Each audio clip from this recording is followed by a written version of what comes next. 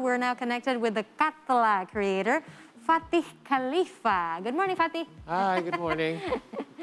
Hi, good morning, everyone. Hi, thank you so much for joining us. This is like super interesting because we know, is this correct or not, that you are not a game developer, yet you managed to develop the game anyway. So what prompted you to create Katla for the Indonesian gamers? Okay, yeah, so the game mechanic itself is not new, like as it's based on Wordle, right? And the key difference is the choice of the language and how the meaning of the word is presented at the end.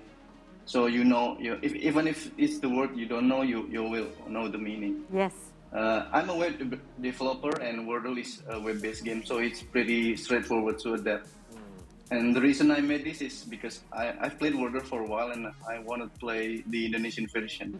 When I searched social media, I didn't find any, and I found out that people also looking for the same thing, and I decided to create it myself.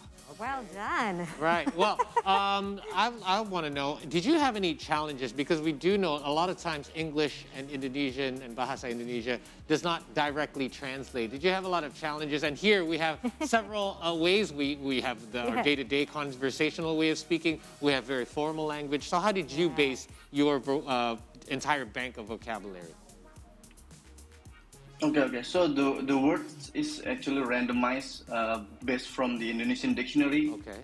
But for the first 3 days, I just picked all the words in the Indonesian dictionary. But then I realized that it also contains abbreviation like BKKBN, which people will definitely angry about it. Right. So I decided to filter it. Okay. Right. So how many words are there in KBBI or Kamus Besar Bahasa Indonesia that are included? Because, you know, I have to admit, as an Indonesian-blooded person, an Indonesian citizen, there are a lot of words in Indonesians that I don't know. And I know this when I read one of our, what is sastrawan in English?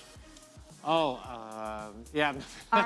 Yeah. See, there you go. Our Okay. literary figures like Pramudia Anantatur. Okay. When I read his novels, oh my God, I realize There's I'm words like, what is embarrassed that? as Indonesian. I don't know this word.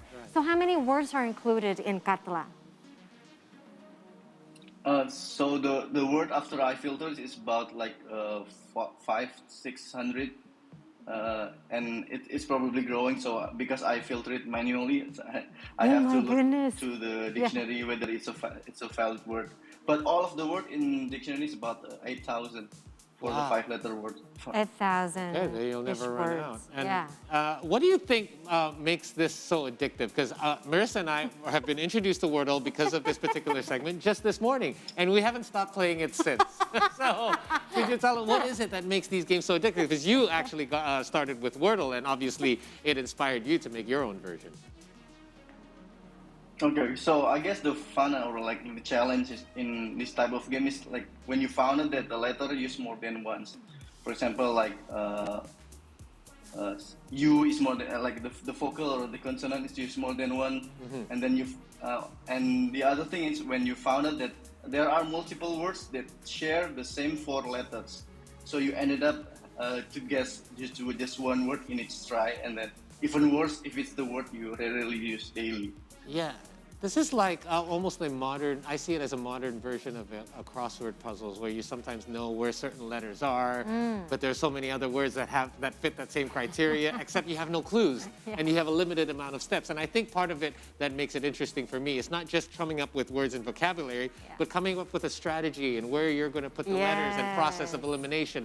All that comes into play. So it's like a puzzle and a word game all in one. You know, there's a game that is like that. I actually played it very recently with my girlfriends. It's called Bananagram.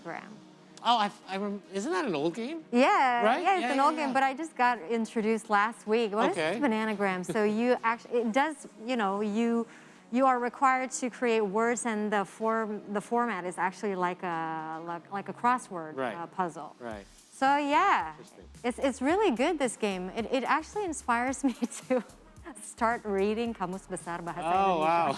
You know, just to learn all the 8,000 words. Come on, I'm Indonesian, I have to know. All right, so how many users, obviously you're able to track this, and it is a very addictive form of a game. How many users would you get, let's say, per day? Per day. It's about 90,000 users daily. Wow. Per day. And with Katla, you only get one game per day, right, Fatih?